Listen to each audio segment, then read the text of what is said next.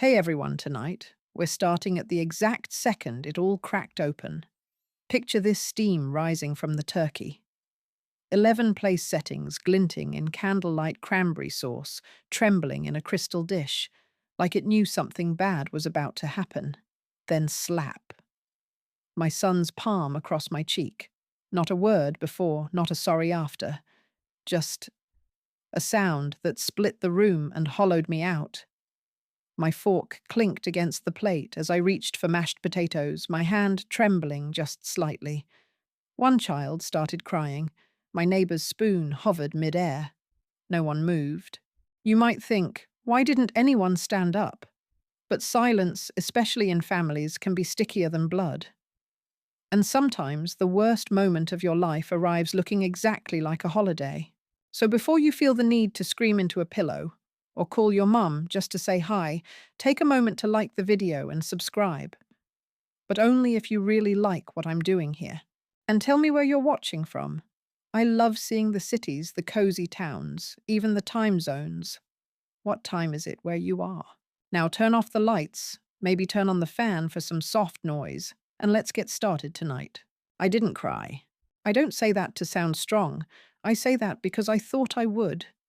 I'd imagined the moment of total betrayal before, sure, in idle, terrible daydreams. I thought I'd collapse in tears, gasping for air, like in those old movies. But instead I just touched my face. My cheek burned hot and my fingers came back dry. No blood, no tears, just heat. He stood there, my only son, jaw tight red in the face from yelling and whine. I looked him right in the eyes and said the quietest, most expensive words I've ever spoken. Thank you for making everything so clear. That's when I knew. The will gone. His name scrubbed.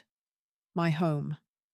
My accounts, the trust Harold and I built from scratch. It was all going to change.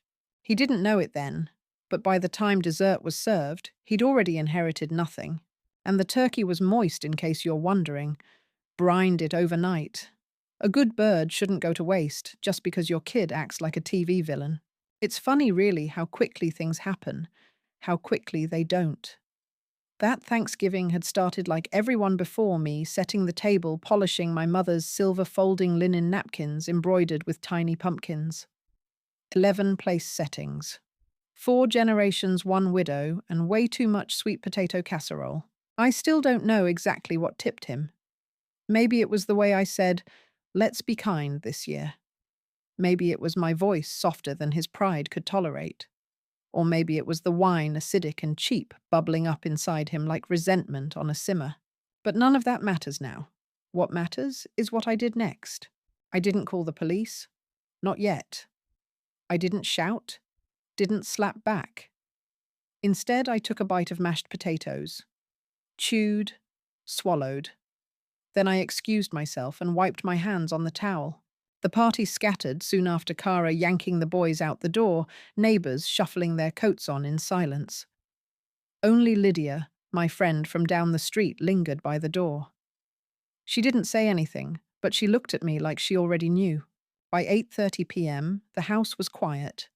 Turkey bones, cold wine glasses, half-full tension soaked into the curtains. And me, I was in the study, writing on a yellow notepad. Call Vanessa. Vanessa Green, estate attorney. Sharp as a tack, discreet as a diary with a padlock. I didn't sleep that night. Just walked the house in loops. Checked the locks. Replayed the moment again and again. Not the slap, but the pause after. How no one knew what to say. How he stood over me waiting for me to crumble. And how I didn't. Instead, I plotted. And by morning, his name was already fading. I know what some of you are thinking, but he's your son. Trust me, that phrase has lived in my ears longer than Nat King Cole and joint pain combined. But here's what no one tells you about motherhood. It's not a lifetime contract. It's a loan. And when the borrower defaults, when they cash checks, you never wrote it's okay to change the terms. Or, as my mother used to say while folding laundry and whispering curses at my father's drinking, love without boundaries isn't love. It's a hostage situation. Also, fun fact, turkeys have nearly 3,500 feathers. Totally unrelated. But it's the kind of weird knowledge I collect when I'm trying not to break down in the kitchen at 3 a.m. And speaking of breakdowns, did you know that the average person lies about 1.65 times during a 10-minute conversation? I found that out while reading a psychology blog at dawn, sipping peppermint tea, and making a list of every document that had my son's name on it. There were a lot, but that's not where we are yet. First came the cold spoon. I pressed it to my cheek. I looked at my reflection, and I decided this bruise it wasn't mine to carry. It was his to answer for. And that's how it started the paperwork, the undoing, the quiet, calculated war. But before we get to the details, let me tell you about the breakfast I had the next morning with Lydia. That's when I first said it out loud. I think I'm done pretending love excuses everything. Lydia didn't flinch. Not when I pulled the sunglasses off, not when the early morning sun caught the edge of my bruise and made it look like a wine stain on skin. She just nodded once and slid the sugar across the table. We were at that old cafe on Franklin, the one where they still serve eggs with the edges crisped, and toast a little too dark unless you ask. Lydia always asks. I never do. We didn't talk right away. Sometimes silence has to soften before it can hold the truth. She buttered her toast. I stirred my coffee. My cheek pulsed beneath my sunglasses like a second heartbeat. I sipped anyway. You gonna report it? She finally asked. Not nosy, just factual. Like a nurse asking if you've taken your meds. No, I said not yet. Then I took a breath and added, but I am going to erase him. She didn't blink. Just said, do you need help? That was the first time I cried just a little. Not because of the slap, not because of my son, but because someone asked me that question without treating me like a fragile thing. I didn't answer her directly, just picked up the napkin and pressed it to my eyes, like it was a choice, not a surrender. I went home and opened the closet in the hallway, pulled out the fireproof box, black, heavy, full of every document that had once meant security. Now, it felt like a vault of outdated promises. The lock clicked open. Inside our original mortgage, Harold's death certificate, the will we revised after his funeral, Jordan's college paperwork, insurance policies, I'd paid like clockwork. I spread it all on the dining table, the same one where the slap had happened, just 24 hours earlier. It still smelled like cinnamon and cranberry sauce. I pulled a highlighter from the junk drawer. Yellow, the color of caution. Then I started to draw lines. Jordan Langford line, Jordan H. Langford line, co-signer line, contingent line. His name faded beneath the streaks like ink left in the sun. It felt surgical. It felt sane. No raised voices, no door slamming, just bureaucracy. That's the thing no one tells you. Power doesn't always scream. Sometimes it notarizes. I made a list of what to do next. Estate revision, will restructuring, deed protection, financial access rollback, security settings, digital accounts. Did I know how to do all of it? Not entirely, but I'm a retired teacher.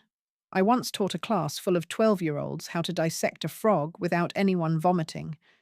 Trust me, I can figure out legal forms. Also, quirky detour. Did you know octopuses have 3 hearts, and that 2 of them stop beating when they swim? That felt familiar. I opened my laptop. Typed to Vanessa. Subject, urgent revision request. Vanessa. It's time. I want to move forward with a full overhaul. Jordan is no longer to be named on any document past, present, or future. Please advise next steps. Ruth Langford. Send. Then I stared out the window for a long time. The wind stirred the rosemary bush near the porch. The one he helped me plant once. He was 17. He used to hum when he worked. I hadn't realized how much I missed that sound until it went silent. Later that night, I went into the bathroom and looked at the bruise again. It had deepened to a kind of purplish shadow. I pressed a cold spoon to it, the kind you chill for puffy eyes. It didn't help the swelling, but it reminded me I was doing something. My phone buzzed. Cara. He didn't mean it. Please don't escalate. Not even, are you okay? Not, I'm sorry, just a plea, not to make waves. I stared at the text, feeling the heat rise not in my cheek, but in my chest. I typed back. I won't escalate. I'll exit. Hit send. Then I opened voice memos, pressed record. My name is Ruth Langford, November 24th, 7:13 a.m. Documenting right side facial contusion from incident that occurred approximately 3:11 p.m. yesterday. Witnesses present. Click. Photo. Click. Close up. Click. Logged the timestamp in my planner. I'm not one for revenge. I'm not even one for confrontation. But I am a fan of documentation and old age wisdom moment for the day. It's this, you don't need permission to protect yourself. Just preparation. Lydia came by again. This time she brought a flash drive. Start storing everything here, she said. Encrypted. I'll help you set it up. I smiled. You're really in this with me. She raised an eyebrow. You think I baked you that lemon tart every Easter? Because I liked your stories about 1982 curriculum reform. Fair point.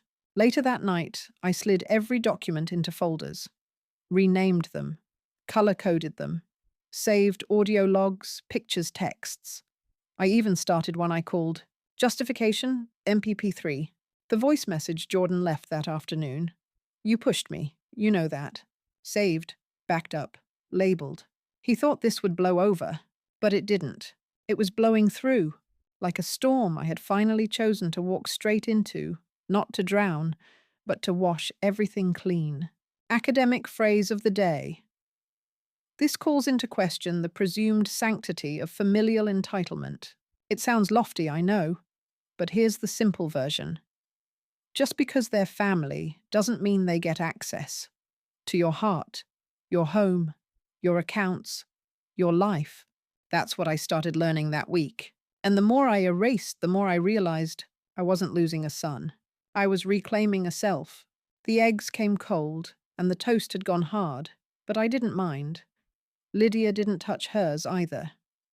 We just sat there, two women in our 60s, staring down at plates like they might offer answers. It wasn't the slap, I said finally. Lydia looked up her fork mid-air. It was how easy it was for him. Like he'd just been waiting for an excuse. I think she expected me to cry again, but I didn't. The tears had dried up overnight and left this strange clarity behind, like fog lifting off a lake right before dawn. He's done worse, I added, surprising even myself. She didn't say, tell me everything. She just slid her coffee toward me and said, drink. You look like you've been awake for 3 days. I had. We sipped in silence, the kind of silence you earn with years, not awkwardness. And then she reached across the table and rested her hand on mine. No lecture, no pity, just pressure, gentle and steady, like a lighthouse you can touch. Back at the house, the scent of Thanksgiving still clung to everything rosemary turkey, a bit of burnt sugar. I stripped the table bare, folded the napkins, washed every glass until they squeaked beneath my fingers. Then I tucked the leftovers into Tupperware and delivered them to neighbors like a sad little offering. Communion, I called it in my head. The body and blood of a family moment, broken and shared. When I got home, I grabbed the file box again. Time to go deeper. Some of you have asked, why didn't you just call the cops? Well, here's something most people don't say out loud. The legal system doesn't always care about slaps at Thanksgiving. There are no bruises on bank accounts, no fingerprints on betrayal. So instead I went methodical. Academic term of the day, procedural resilience. It means when someone hurts you, sometimes the most powerful thing you can do isn't yell, it's organize. I opened the folder labeled Jordan, College Fund. That one hurt. We'd drained our savings twice once to cover tuition once to bail him out of a failed business. I never asked for receipts, never demanded proof, just wired the money and prayed it would anchor him. He never finished school, never paid a cent back. The Langford Educational Reserve, we called it. But the only lesson it ever taught was how easily love can become leverage. That day I renamed the file. Langford Reallocation Draft. A scholarship, maybe. Something for women like me, ones who've survived children they raised into strangers. Old age wisdom for today. If you're going to build a legacy, make sure it doesn't require your silence to survive. The next envelope I opened nearly made me laugh. A Christmas card from 2 years ago. Jordan's handwriting on the front. Love you forever, Mom, even when we disagree. Inside a blank check. He'd never cashed it. Probably forgot he gave it to me. But now it felt symbolic. An IOU from a man who thought love was a currency he could overdraft without penalty. I shredded it. Then I picked up my phone and called my bank. Hi, I said, calm as chamomile. I'd like to remove a co-signer from all personal and joint accounts. The woman on the line paused, then asked for verification. I answered every question like I was reading from a script. First car, Toyota Camry. Street, I grew up on Magnolia Drive. Favorite teacher, Mrs. Wheeler God, rest her cranky soul. By the end of the call, Jordan Langford no longer existed in my financial ecosystem. And let me tell you, the moment she confirmed it, I felt lighter. Not happy, not proud, just less burdened. Like unbuckling a heavy bag after a long walk. Lydia called that evening. You okay? Getting there, I replied. Then, as if I were mentioning something casual like switching shampoos, I added, I'm going to change the deed, remove him as the successor. She was quiet for a second. Then, want me to come by with pie, only if it's pecan. We both laughed. Did you know squirrels lose about 25% of the nuts they bury? Just forget where they put them. Happens to people too. I once hid an emergency $50 bill in a can of chickpeas and didn't find it until the Obama administration. Point is, sometimes we bury things for later, and sometimes we bury them because we don't want to face them. That file box, I'd buried a lot. Forged forms, letters he wrote for me, paperwork I never signed, but still showed my name. It was all there. And now I had to face it. I sat at the dining table that night, the same place he stood when he struck me. I opened my laptop and started a folder titled Evidence for Legacy Defense. Inside, I dropped the voice memo, the bruise photo, the scanned document with a signature that looked suspiciously not mine. Then I opened a fresh document and typed, To whom it may concern, this is the record of my correction, not my collapse. It wasn't poetry, but it was a beginning. Later, I walked into the living room, lit a candle, breathed in lavender, and let it fill my lungs like armor. My son was still out there, drunk, maybe furious, maybe laughing with Kara about how I was just being dramatic. But I was in here, safe, documenting, editing the script of my own life. Quirky fact to end on the smell of rosemary has been proven to improve memory.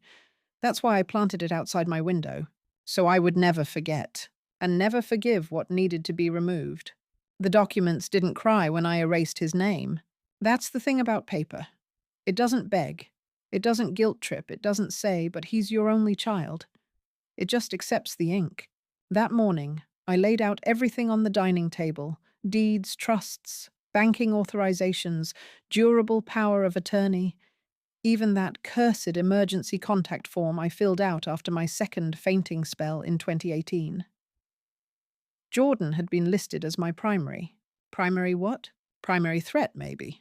Lydia came by around 10 with 2 coffees and a pastry box. She saw the papers, nodded slowly, and set down the bag.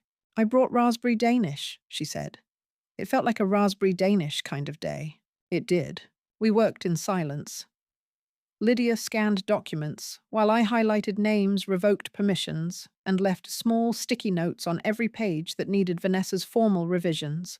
By lunchtime, we had a pile of updated, and a tiny, very satisfying trash heap labeled irrelevant. And somewhere in that pile sat my former son's future. Here's something that sounds cold, but isn't. There's a difference between grieving a person and grieving the idea of them. I'd already lost Jordan once, long before the slap. I just hadn't updated the paperwork to reflect the death. Now I was catching up. Old age wisdom for the day. You don't need a gravestone to mark the end of a relationship. That afternoon, I called Vanessa. She answered on the second ring. I'm ready, I said. There was a pause. Then her voice, calm and efficient. Let's meet in person. This won't be simple, but it will be final. Final. A word I used to fear. Now it felt like a feather falling in the right direction. The next morning, I wore my navy cardigan, the one Harold bought me for our 30th anniversary. It still smelled faintly of cedar from the wardrobe. I pulled my hair back, applied a soft rose lipstick, and stared at myself in the mirror, cheek still bruised but healing. I whispered to my reflection, "This isn't revenge, it's record-keeping." Then I grabbed the manila folder marked Rewrite and drove to Vanessa's office. Her conference room was smaller than I remembered. Cozier. There was a candle flickering on the windowsill. Cinnamon, I think. Warm, intentional. She slid a yellow legal pad across the table. At the top, Ruth Langford Current Testamentary Structure. Beneath that, a column of names, titles, and dollar signs. Executive Jordan Langford.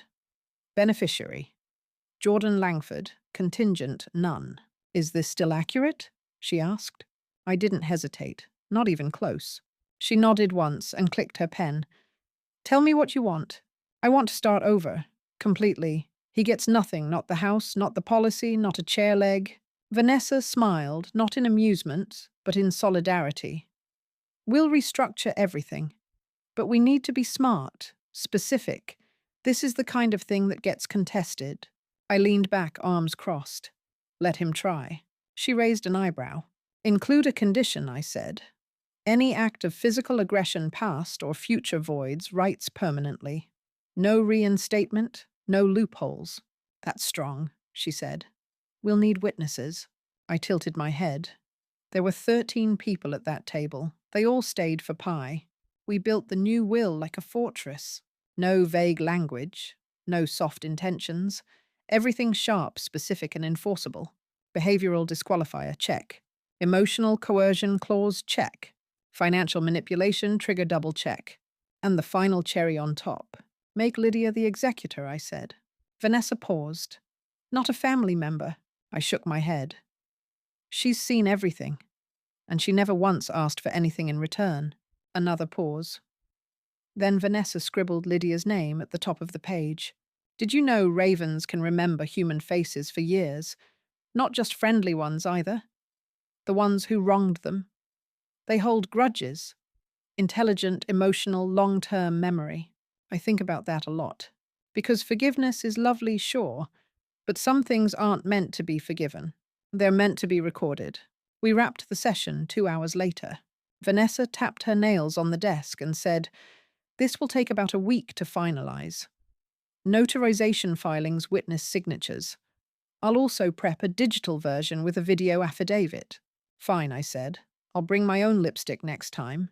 We both laughed. A small human sound in a process that had become so clinical. But that's how I wanted it. Clinical, precise, clean. Because anger burns fast, but documentation that lasts forever. That night, I sat on my porch with a glass of wine, not to celebrate, to calibrate. The stars were out soft and scattered. Inside the printer buzzed to life. Vanessa had emailed over the first draft for review. I watched the paper slide out. My name at the top. His name gone. No drama, no shouting, just paperwork. Academic phrase of the day, post-traumatic administrative control. It's not flashy, but it's mine. I'm not trying to teach a lesson here. Well, okay, maybe I am. Because if you're sitting there wondering if it's too late to set boundaries, I'll tell you what I told myself that day. It's never too late to edit the ending. And mine was just beginning. The doorbell rang at 6:47 p.m. sharp. That's the thing about my son, he always liked punctuality when it served him. He could be 2 hours late to Thanksgiving, but the moment he requested a conversation, he showed up like clockwork.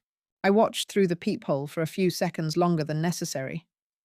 Jordan stood there in a crisp, button-down shirt, like a man going to court, not home. His arms crossed, his jaw already tight. Kara stood behind him, her eyes darting around the porch like she was scanning for exits. I took one breath, turned on the small recorder I had hidden behind a napkin in the flower arrangement by the door, and opened it. "Come in," I said. Calm, even, host voice activated. They stepped inside like guests arriving for a wake they didn't know they caused. The air smelled faintly of cinnamon and lemon oil. I'd cleaned earlier, not for them, but for myself.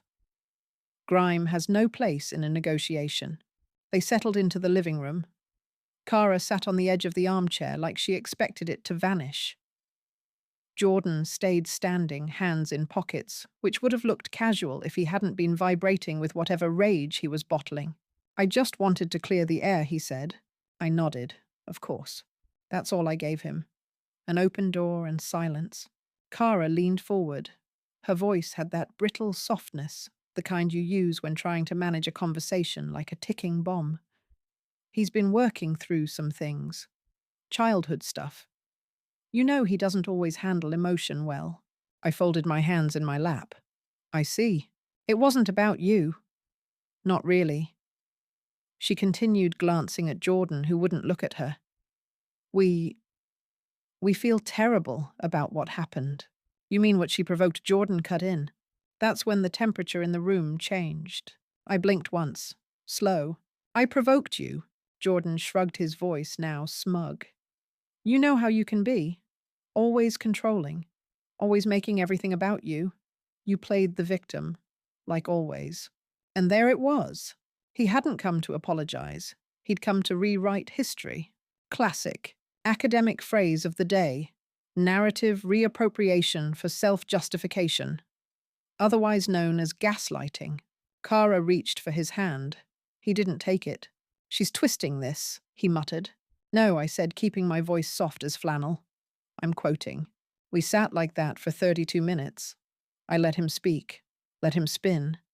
Let him dig a hole deep enough to hold every excuse he came armed with. He never said sorry. He never used my name. He kept saying you like I was a case study, not a mother. At one point I brought out pie. Pumpkin. Light cinnamon. He always loved it. You always like this," I said, serving him a slice. He didn't touch it. Kara took one bite, then set down her fork like it had burned her tongue. Eventually, they stood to leave. I walked them to the door, smiling like a hostess at the end of a dinner party. "Drive safe," I said. Then I locked the door behind them and turned off the recorder.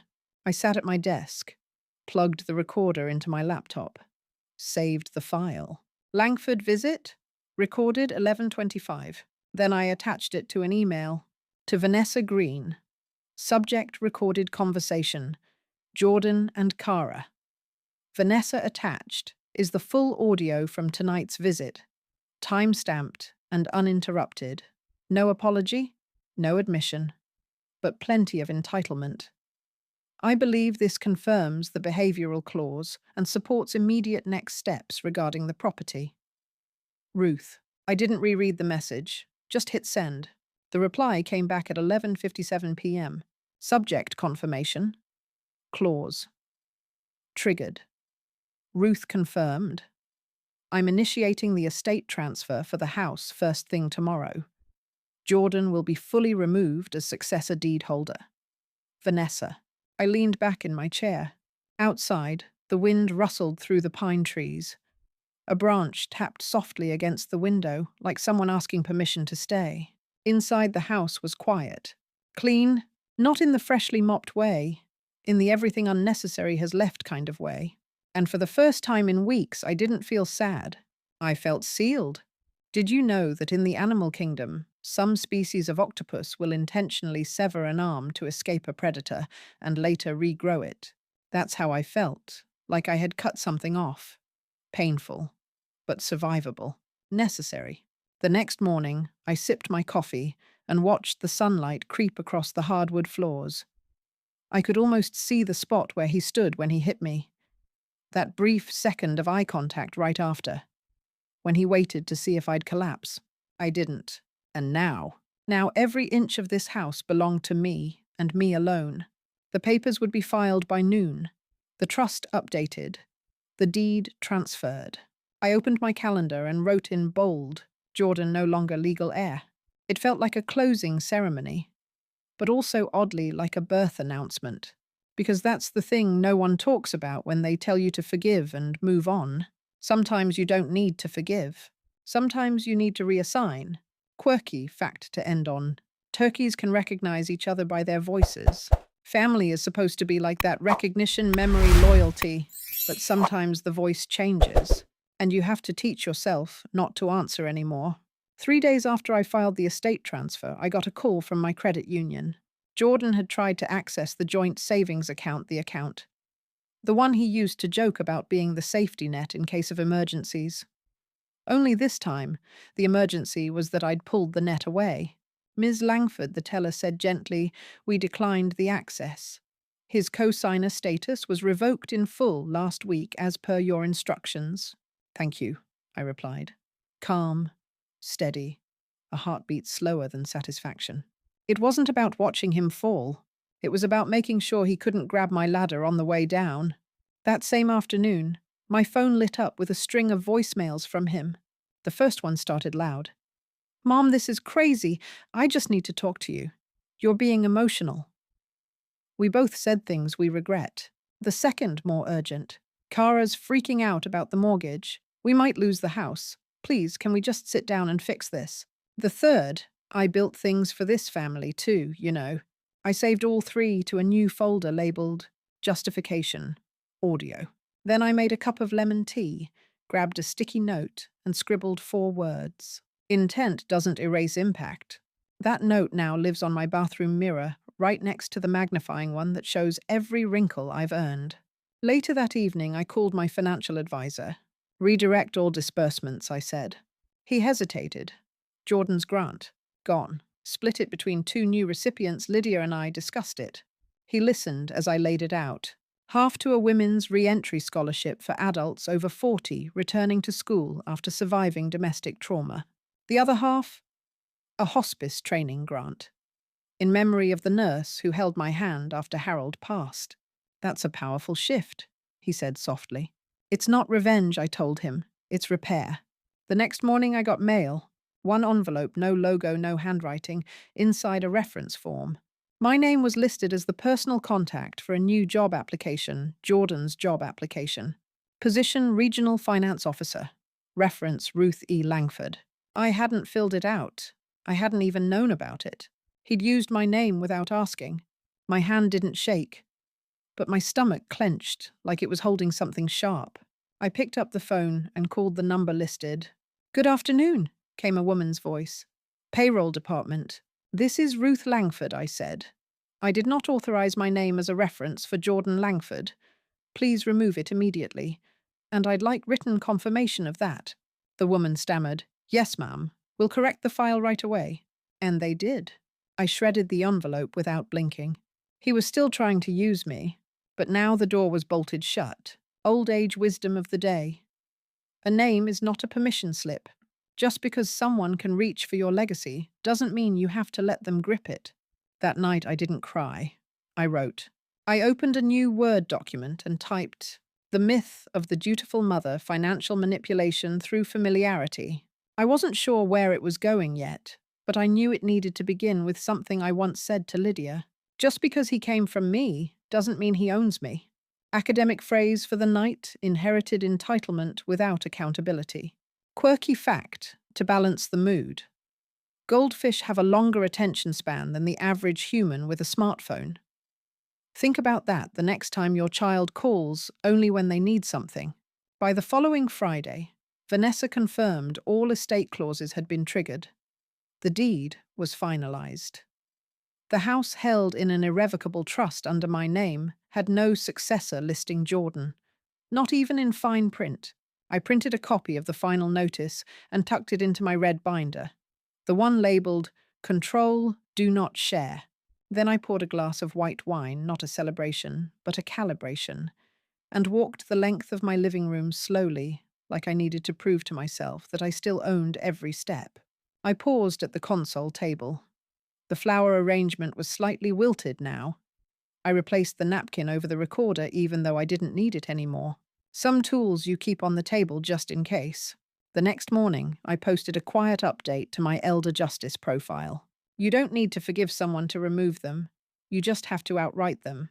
A woman from Oregon messaged me an hour later. I watched your PSA. I rewrote my will. Thank you. Legacy, I realized, wasn't about blood. It was about blueprinting your boundary. As I sat in my kitchen that evening, slicing apples for a cobbler, I thought of something my mother once said. Don't hand someone the scissors they'll use to cut you out. I'd handed Jordan every tool Credit Co-Signature's family grace, and he'd turned them into a ladder for entitlement. Now I was reclaiming the toolbox and locking it. One final quirky fact before bed. The smell of baked apples has been shown to lower blood pressure. I don't know if that's true, but mine always drops when the cobbler's in the oven.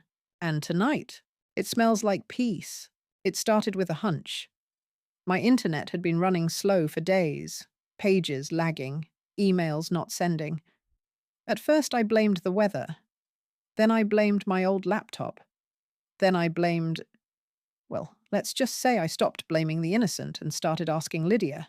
She's not just a friend.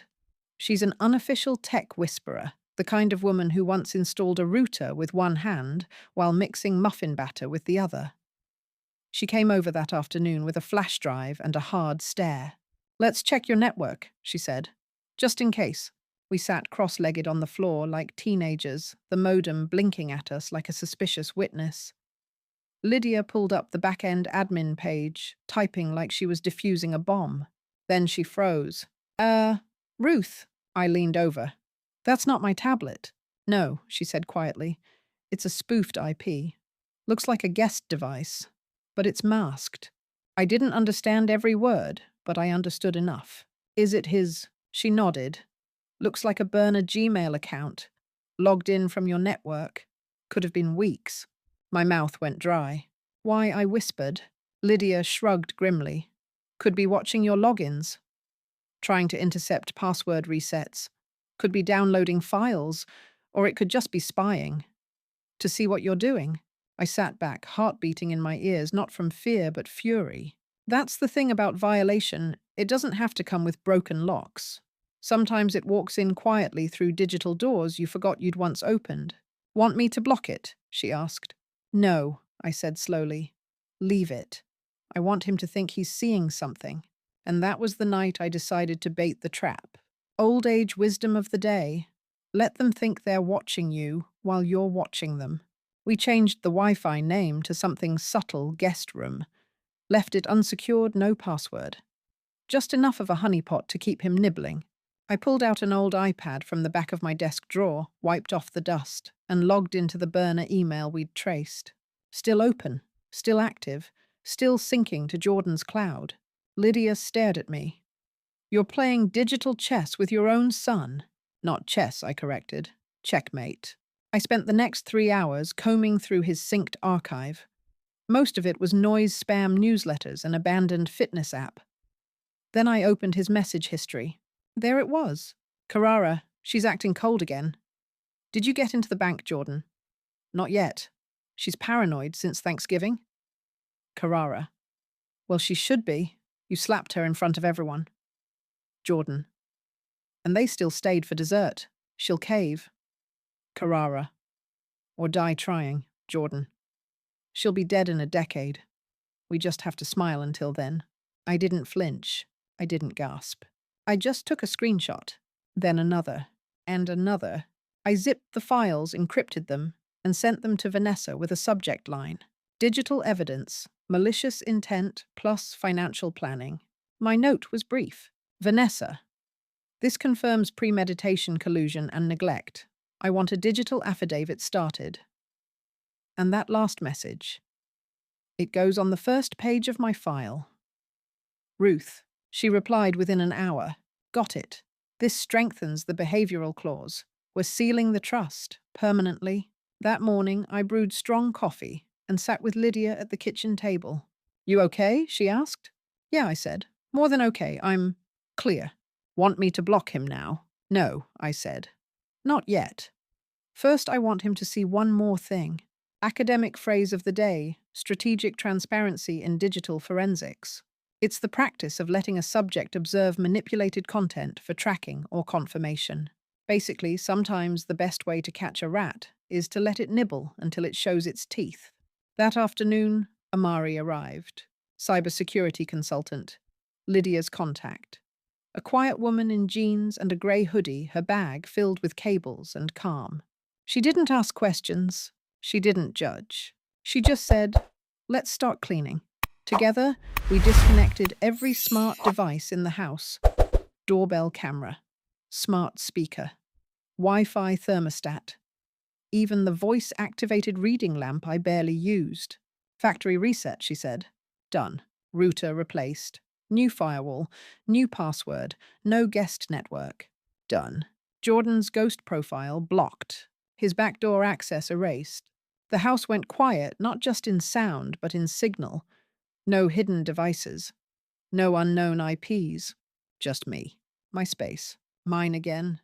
Quirky fact of the day, octopuses can change their color and texture to match their surroundings in under a second. Total camouflage. That's how I felt sitting beside Amari on the floor, like I had finally blended back into my own life. The last thing we did, we wiped the iPad clean, full factory reset. I held it in my hands as the screen went black and then bloomed back to life. This time it belonged to me. I tucked it back in the drawer and labeled it with a sticker, "Cleansed." No drama, just precision. That night, as I prepared dinner, the printer hummed. It printed the screenshot of his message, "She'll be dead in a decade. We just have to smile until then." I clipped it to the inside cover of my red legal binder, the one labeled "Trust." Final. Then I wrote one word above it in blue ink. Why? That's all I needed. Not rage, not revenge. Just a reminder. A reason, old age truth. Some people don't break you. They just break the illusion you were still holding on to. And once that illusion is gone, you're free to start over. Free. The morning after I clipped that screenshot to my binder, the house felt different. Not haunted. Not heavy. Just mine. I walked from room to room, tea in hand, as if reintroducing myself to a home I'd once shared with ghosts. I passed the living room, paused at the hallway mirror, then stepped into the study where my laptop hummed softly like it had something to tell me. A new email had arrived. From Vanessa Green, subject trust firewall plus no contest clause. I opened it slowly as though it might detonate. Inside confirmation that Jordan was now legally and irrevocably shut out of every account, every trust, every asset. We'd activated what Vanessa called the fortress mode. Even after my death, his name could not sneak back through probate. "He's going to feel it shift," I said aloud, almost amused. And like clockwork he did. The doorbell rang that evening. Courier again. This time the envelope was cobalt blue. No sender info, but the paper was thick and expensive, like it had something important to say. Inside, a printed form. A new refinance application, with my name listed as personal co-signer. My signature was forged. Again. It looked real. The loop was convincing. But it wasn't mine, not even close. I held the form to the light, then pulled out a note I'd handwritten earlier that day. Side by side. The difference screamed. So did I just not out loud? I took a picture of the document, then texted Vanessa. Found forged signature on a mortgage app. Looks like Jordan used my name without consent. Do we escalate? Her reply was fast. Yes. Drafting a fraud alert with a soft legal advisory. Not pressing charges yet, but this locks his financial credibility forward. Send everything. I scanned it all. Attached the images. Hit send. Then I walked to the kitchen, poured more tea, and whispered, "He's still using me. Not emotionally. Not as a mother. As a tool. And that ends now. Old age wisdom. Love given freely can still be stolen if you don't lock the door. So I started changing every lock. Passwords. Security questions. Backup emails. Anything he might have helped me set up years ago, back when I trusted him with everything. Every password became its own little shield. My house. My name. My rules, 2023. Not your mother's pin, legacy rewritten, 4567. I even laughed once while typing. Not because it was funny. Because it was mine. I updated my digital legacy settings too. Removed Jordan from every contact, every emergency directive, every point of access. Added Lydia. Then Dana. Then Vanessa. 3 women who had never once hurt me, even when I was at my lowest. 3 women who had held my elbow, my truth, and my trust. Academic phrase of the day: reallocation of digital power structures within post-trauma recovery. Translation: take your name back. Digitally, legally, emotionally. That night, Lydia called from the guest room. "You mentioned your internet was still lagging," she said. I did some digging. My stomach tightened. "What is it?" "You've got a guest device still listed, but it's masked. Looks like Jordan again. A burner Gmail still pinging off your old guest network." "Was it mine?" "Nope. The signal's bouncing from outside. He's not here, but he's trying to stay connected." I didn't panic, didn't scream. Instead, I said, "Leave it for now." And then I smiled, because I knew exactly what I was going to do next. I spent the next 4 hours crafting what I wanted him to see. I filled a dummy folder with fake financial files labeled pending transfers and trust access request. Jordan Langford. I even added a text document titled forgiveness terms blank, except for the phrase, "to be determined."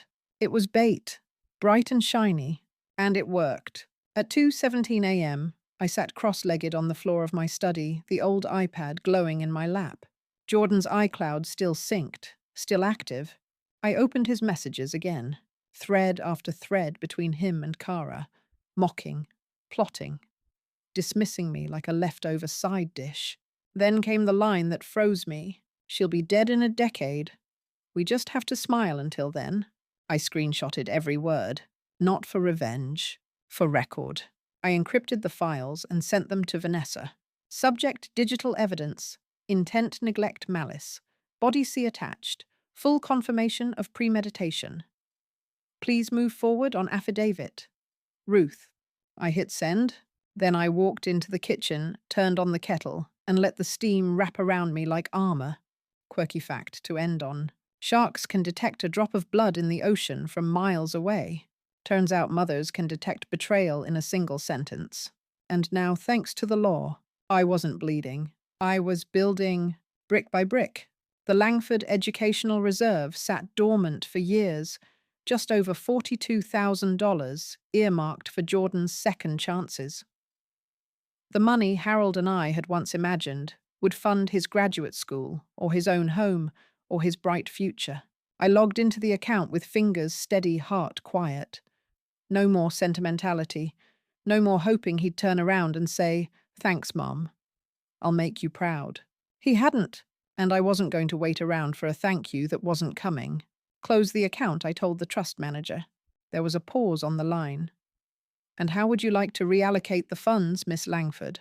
"To the Harold Langford Memorial Scholarship," I replied. "Use every penny for adult learners, specifically women returning to school after experiencing domestic trauma." Another pause. Then the trust manager said softly, "That's a powerful redirection." "It's not redemption," I said. "It's design." I walked over to the fireproof safe, took out the thick, ribbon-bound original Langford Trust folder, the one with Harold's signature in blue ink, the one we'd created when we still believed in the magic of bloodline succession. It no longer felt sacred. It felt outdated and dangerous. That night, I lit a single taper candle on the dining table, flipped through every page one last time, then fed it to the shredder sheet by sheet. Each sound was its own punctuation. Not angry, just final. The next day, Vanessa emailed me. Subject: hard copy filed. No contest clause active. It was done. The house, the trust, the assets fully locked down. He could weep, rage, hire a lawyer, send a sympathy bouquet. None of it would change a word. Old age wisdom: if they treated you like an option when you were alive, they don't deserve to be written into your absence. That weekend, Celine came by. The documentarian Vanessa had arranged. "You sure you want to film this?" she asked gently. "I'm not here to bleed," I said. "I'm here to build something." We called it When Suns Hit, my title. She set up the camera in my kitchen. No dramatic lighting, no script. Just me and the echo of Thanksgiving. I recreated the moment, hands brushing oil over the turkey, carving it with precision. I didn't dramatize. I didn't cry. "He didn't just hit me," I said into the lens. "He erased me." I paused. "So I rewrote everything." We showed the photo of the bruise, the text from Kara, the audio recording from the visit, the iPad sync logs, the fake files I'd planted, even the voice memo titled Justification. When I looked into the camera again, I ended with, "This isn't vengeance, it's documentation." Academic phrase of the day, legal archiving as protection strategy for survivors of familial harm. And yes, I coined it. It's going in the paper I'm drafting. But back to the story. The restraining order came next. Vanessa submitted the medical photos, bank records, emails, and cloud screenshots. We wove it into a single airtight narrative: emotional abuse, financial manipulation, physical assault, digital surveillance. The judge barely looked up before stamping the order. Granted, 3-state validity, no contact, 300 FT minimum. He couldn't enter my property, my accounts, or even mention me in a legal filing without violating the clause. It didn't feel like triumph, it felt like structure. That evening, Celine came back with a rough cut of the PSA. She played it on her laptop while I sat on the couch with a blanket and a cup of chamomile. It opened with the dining table empty, just silverware, and one flickering candle. Then my voice. If you're watching this, you already know how it ends. But this is where it began. Then the slap. Muted, hollow, quick. And then the stillness after. Kara whispering Jesus Jordan. The camera cut to the pie being sliced. My hand shaking only slightly. Then my quote, "He didn't just hit me, he erased me." So I rewrote the record. The screen faded to black. Then came the final frame. Every elder deserves safety, not silence. I approved it with a single word. Broadcast. Quirky fact to wrap it up. The average person blinks 15-20 times a minute. I didn't blink once during that final scene. I watched myself, and I believed me, which is more than I can say for how I used to feel. Somewhere in another city, Jordan might have been yelling into a phone. Kara might have been pacing in their kitchen, ranting about mortgage payments. But in my house, it was quiet. The kind of quiet you earn, not because no one's speaking, but because the right voices have finally stopped being allowed in. Thanksgiving came again, just like it always does, with or without the people who once sat at your table. This year I set 11 places again, not out of habit, not for symmetry, just because I like the number. But only 9 were filled, and the 2 that stayed empty, that was on purpose. One of them was his. The chair Jordan used to sit in elbow out, like he owned the table smartphone glowing beneath his napkin. I didn't remove it. I let it stay. Vacant. Not forgotten, just unoccupied. A reminder that legacy is not a guaranteed seat. It's a choice. Lydia arrived first, her laugh bubbling in before her boots even crossed the threshold. "I brought the tart," she announced, holding up a dish covered with foil that was already sagging in the middle. And yes, the crust is undercooked again. "Don't say anything." I said nothing, just hugged her tight. One by one they came. Dana, Marcus, Beverly people, who had never raised a hand against me except to steady me when I tripped or offer a plate of something warm. Even Celine came back, not with a camera this time, but with a bottle of wine and a bound copy of When Sons Hit a Survivor's Companion transcript. It felt like family, not inherited chosen. The table glowed under soft lighting. Candles flickered in old brass holders. Someone passed around a bowl of cranberry sauce, and Marcus made a joke about it looking like surgical jelly. I laughed so hard I snorted. It wasn't loud. It was warm. After dinner, I stood up slowly. My body didn't move the way it used to, but it moved with purpose. I held a slender envelope in my hand. Everyone quieted. "This is for each of you," I said. "It's my will." They froze. Dana glanced at Lydia. "Ruth, are you okay?" I smiled. No drama, no announcements, just clarity. Because clarity, I said, is a form of kindness. Each envelope held a simple letter: who got what, why, and what was no longer open for debate. The final line: "There is no bloodline clause, only behavior." That sentence landed like gospel. I saw eyes blink fast. No one said a word for a moment. Then Lydia raised her glass. "To starting over with boundaries." We clinked glasses. And I felt full in a way no pie could ever offer. Later, I brought out the old guest book, the same one we used every year. Everyone signed it again, except, of course, for the one person who hadn't shown up in over a year. No one asked about Jordan's page. No one had to. Some absences explain themselves. Old age wisdom for the evening. The people who matter won't flinch when you tell them your truth. They'll bring dessert. As Lydia and I loaded the dishwasher together, I hummed an old Nat King Cole tune. She wiped her hands on a dish towel and smiled at me like I'd grown younger overnight. Then my phone buzzed in the living room. I wiped my hands, walked over slowly and picked it up. One new message. From Kara. Just 5 words. He still cries. Never apologizes. I stared at the screen for a full minute. Not because I was shocked. Because I wasn't. I didn't reply. Some messages aren't conversations. They're reminders. That was the last I ever heard from her. Academic phrase of the day. Post-traumatic boundary enforcement via silence. Or in simpler terms, I blocked her. Then I made myself a cup of tea, curled up in my chair, and pulled out my own envelope, the one marked Ruth Langford. Final copy. I opened it. Read the first line aloud. To those I chose, not those who inherited. I traced the edge of the paper with my finger, then folded it back neatly and slid it into the drawer beside my bed, just beneath the lavender sachets. Quirky fact: bees communicate danger by vibrating their bodies. That's what that text from Kara was. A tiny vibration, a last-ditch buzz. But I was no longer part of that hive. Before bed, I whispered one last thing into the dark. I'm not angry anymore, I'm just free. And for the first time in over a year, I slept without locking the bedroom door. The envelope arrived on a Tuesday. No return address, no handwriting, just a plain ivory card inside. No words, no signature. Not even a cheap attempt at a happy birthday preprint. Just blank. As if the absence of ink was supposed to do the talking. I held it up to the light, half expecting a hidden message to appear like lemon juice under a flame. Nothing. It wasn't a peace offering. It wasn't a confession. It was an insult dressed as ambiguity. And that's what made it easy. I dropped the card onto the granite countertop, poured myself a fresh cup of tea, Earl Grey this time, with a splash of honey, and turned on the shredder. The soft mechanical hum felt like punctuation. Controlled, efficient, final. I opened my laptop, clicked into my encrypted estate archive, and drafted a quick email. To Vanessa Wood-esque's subject confirmation request. Legacy protections.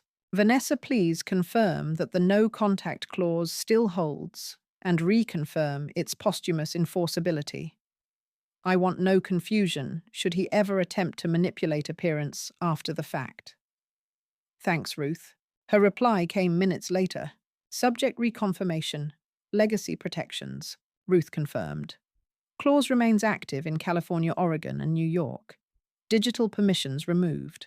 No posthumous contact access or legal appeal possible without triggering full disinheritance reversal across all trusts. You're sealed. He's shut out. Vanessa. I smiled. Not out of vindication, but from structure. Because paper doesn't lie, and silence doesn't negotiate. I opened my social media next. Under Legacy Contact, I selected Remove. Then went to Who can see your future posts if something happens to you, and typed Chosen family only. Then I logged out and didn't look back. Later that afternoon, I received another email. This one from a podcast producer. Subject: legal lineage, we'd love to have you on. They were doing a panel on family law and legacy abuse. The title. You hit. I edited. I clicked confirm without hesitation. Then made tea. The recording happened over Zoom. Nothing fancy. Just my face framed by a bookshelf, my voice low and steady. I didn't just change my will, I told them. I changed what a will means in families like mine. One of the other panelists, a young attorney from Michigan, leaned in and whispered, "That line, that's going in the promo." We all laughed. But it wasn't a funny laugh. It was a we've all been there laugh. Old age wisdom of the day. The most powerful sentence you'll ever write might begin with your own name. That night, I sat on my porch with a blanket around my shoulders and watched the dusk paint the garden in soft grey. The rosemary bush rustled lightly in the breeze. I remembered when Jordan helped me plant it. He'd had dirt on his nose, humming some awful 2000s pop song hands, clumsy but enthusiastic. He'd been good then, or at least he'd seemed good. I don't mourn that version of him anymore. I simply acknowledge he left long before his name did. When I went back inside, I posted a final update to my Elder Justice profile. You don't need them to admit it. You just need to stop bleeding for it. That quote got reposted 2,700 times within 48 hours. One woman from Kansas commented, "I printed this and taped it to my fridge. Thank you." Another messaged he never hit me, but he made sure I thought I owed him everything. I don't. Not anymore. I created a new folder on my desktop called Unsaid Sisters. I saved every message. Didn't reply to a single one. I didn't need to. They weren't writing to start a conversation. They were writing to finish one. Quirky fact: penguins propose with pebbles. They find the smoothest stone and offer it to their mate. I used to think of love that way, an offering. But now I think real love doesn't need a gesture, just presence, and a refusal to ever raise a hand, a voice, or a signature that doesn't belong to them. That night, I powered down the house one room at a time. Not because I was afraid, but because I was whole. I opened the secure portal Vanessa had set up, the one where my digital will lived, behind layers of encryption and passwords only I could remember. It greeted me with a blinking prompt: add epilogue. Yes. No hesitation. No second guessing. I clicked yes and turned on my webcam. No makeup. No script. Just me, wrapped in my grey shawl, my silver hair pulled back, my glasses slightly fogged from the tea I'd just set down. "If you're watching this," I began, "it means he's still not in the room." I paused. And maybe that hurts. But maybe it also means you're surrounded by people who never lifted a hand in your direction, except to steady you. I leaned closer, let the silence stretch. "Forgiveness is not a clause in my estate," I said. "It's a personal project. One I no longer owe anyone." I ended with one last line, soft and slow. "Healing isn't a group project." Then I clicked submit. The file uploaded, time-stamped, immutable. And with that, my final word became legal reality. Later that week, I received another card in the mail. Again, no return address. Again, no handwriting. Just a thin slice of glossy paper inside a plain envelope. Blank. This time I didn't even bring it to the kitchen. I walked it straight to the shredder and fed it through, slow and intentional, like returning an empty plate someone had once promised to fill. He still wasn't apologizing. He was just haunting. I refused to be haunted. Old age wisdom of the day. Just because they knock doesn't mean you have to answer, especially if all they bring is silence. The next day, I drafted a message to Vanessa. To Vanessa Wood Esquire, subject legacy protections. Final confirmation. Vanessa, please confirm that the no contact clause cannot be lifted or amended posthumously, not even if Jordan attempts to paint himself as family during estate closing. Also, reconfirm no legal role, no memorial access, no beneficiary rights. Thank you. Ruth. Her response was crisp. Subject legacy clause. Locked. Ruth confirmed. Clause holds in perpetuity. No access. No reversal. His name cannot appear in legal record of your death. You're protected even after. Vanessa. I stared at the email a long time, then printed it. Slipped it into the red binder beneath the screenshot, the one with Jordan's words. She'll be dead in a decade. We just have to smile till then. That was his legacy now. Not because I wrote it for him, because he did. I opened my social media settings again. This time I selected, who manages your account if something happens to you. I clicked remove. Under visibility I typed, chosen family only, and saved. The rest. Deleted. Later that night, I got another email. From Elder Advocacy Journal. Subject: your case file is now a case study. My estate process. Every clause, affidavit recording, and trust restructure had been accepted into curriculum at 3 law schools under a new module. Legacy rewritten: autonomy over inheritance. No fanfare. Just law students quietly reading through the most important thing I'd ever signed. Not my son's report card. Not his first lease. My escape plan.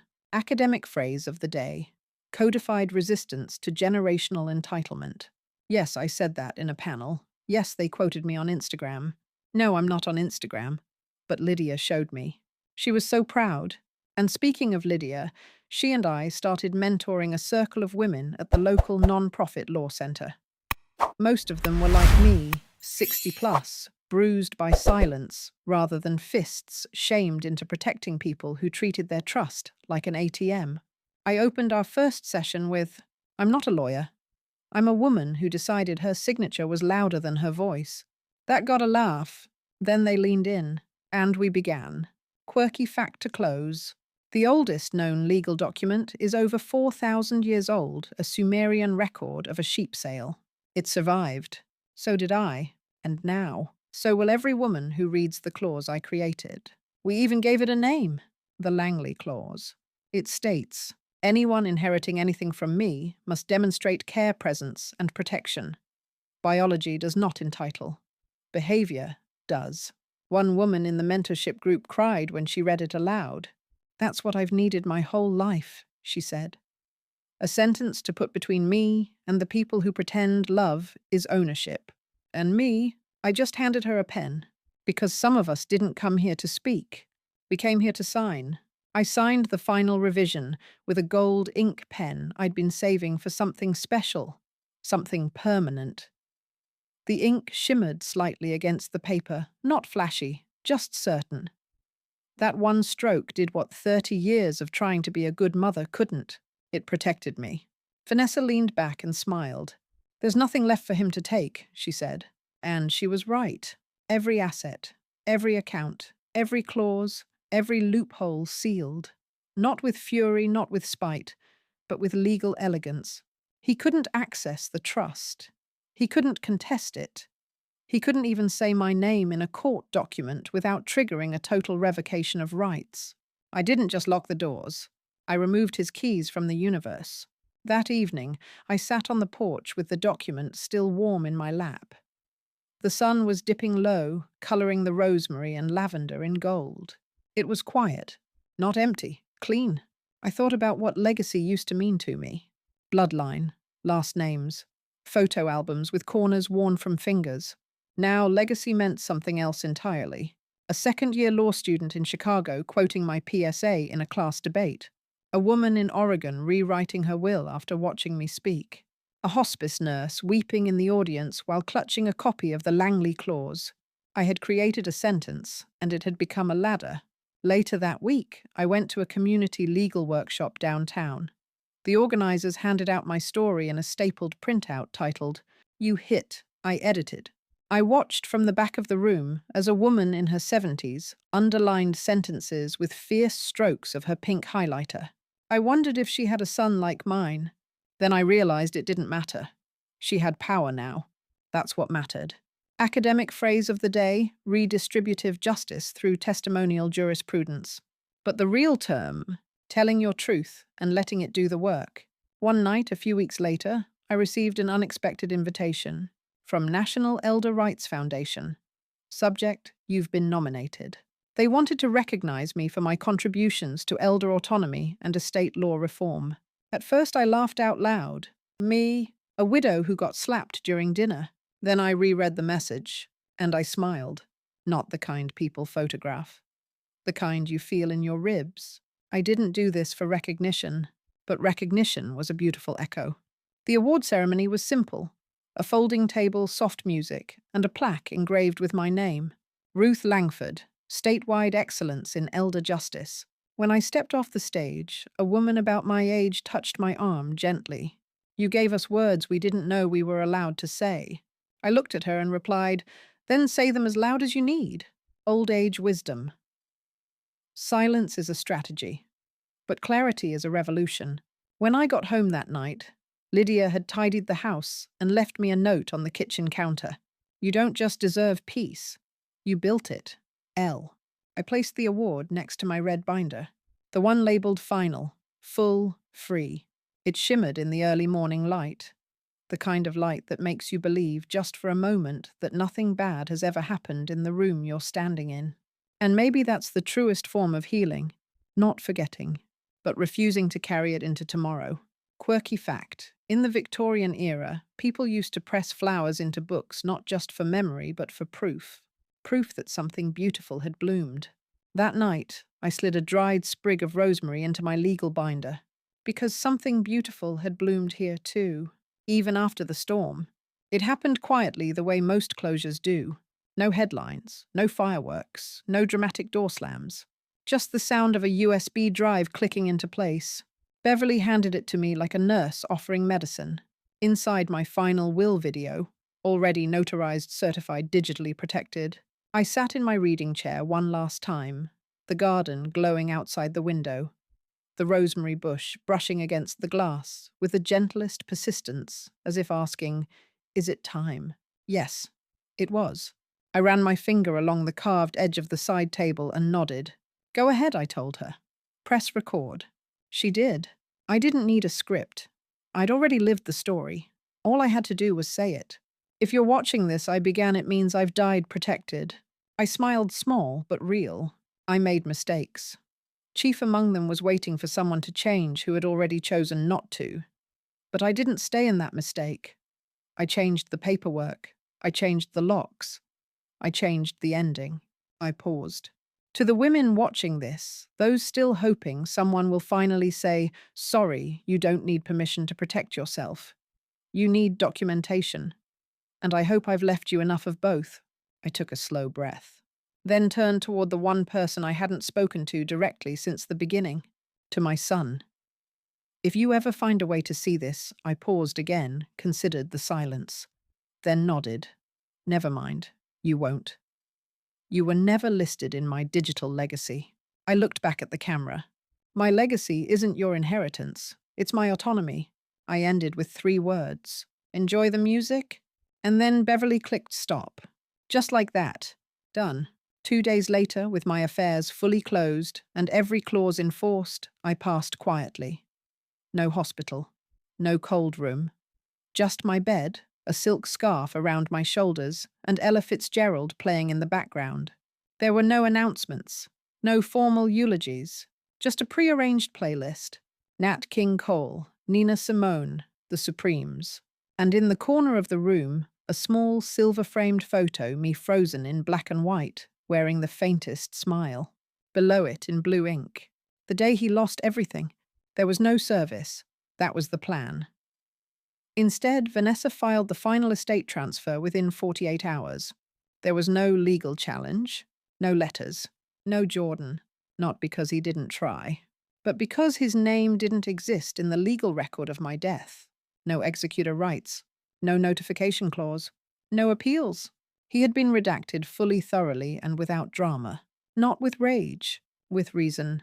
Academic phrase of the day: posthumous legal silencing through pre-structured estate nullification. It sounds complicated. It's actually simple. If you won't protect me while I'm alive, you don't get to speak for me when I'm gone. The house never went on the market. It became something else entirely. The headquarters for the Langley Clause Fund. A small brass plaque sits by the front steps now. It reads, "In memory of all the women who were told to be quiet and who instead filed." Inside, the old dining table still stands, but it's not for holidays anymore. Now it hosts planning meetings, scholarship reviews, volunteer strategy sessions. The guest book is still there, too open, but the first few pages, blank. No one asks about them. They don't have to. Some absences explain themselves. Quirky fact.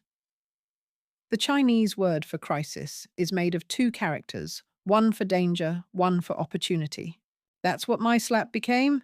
Not a wound, a pivot. Lydia now runs most of the operations.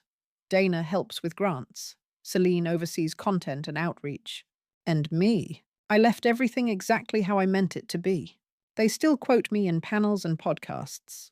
But my voice lives in more than recordings. It lives in the clauses, in the scholarships, in every woman who now opens a binder, writes her name, and removes someone else's. I always believed family was inherited, but I died knowing better. It's documented. The cursor blinked on the screen like a heartbeat patient and unassuming. I sat in the quiet warmth of my study, one last document, waiting for me to finish. Final letter, to be read only upon my death. I reread the first line once more before signing. To those who thought I'd stay quiet, that pause held 1,000 holidays, 100 late-night phone calls, and one unforgettable slap in front of a cranberry-glazed turkey. You saw my age and assumed compliance. You saw my love and mistook it for permission. You saw my silence and named it submission. I didn't rush the closing paragraph. But I was never silent. I was building. You raised your voice, I raised my signature. You hit, I documented. You forgot, I recorded. I do not forgive the moment you broke something that cannot be rebuilt. But I do release myself from the weight of waiting for you to say anything at all. My legacy isn't your inheritance. It's my autonomy. I signed it, encrypted it, uploaded it to the secure vault. And just like that, my voice outlived me. Lydia found the flash drive 2 days later, exactly where I told her it would be, tucked into the sleeve of my favorite poetry book, right between Mary Oliver and Louise Gluck. She texted Vanessa first. Then she gathered the others. No announcement, no drama, just respect. The final estate transition happened in perfect silence. Jordan received no notice. He had no legal path, no loophole, no mourning clause. The system didn't require me to prove harm anymore. I already had, and now the system proved me. Academic phrase of the day, administrative vindication through legal architecture. Put plainly, the receipts were waiting. That spring, the garden bloomed louder than ever. Dana planted snapdragons near the porch. Celine hosted a workshop in the living room for newly retired women learning how to write wills with courage, not shame. Lydia placed fresh rosemary in the kitchen window and whispered, "Still watching Ruth." She was right. I was. They didn't hang a portrait of me in the house.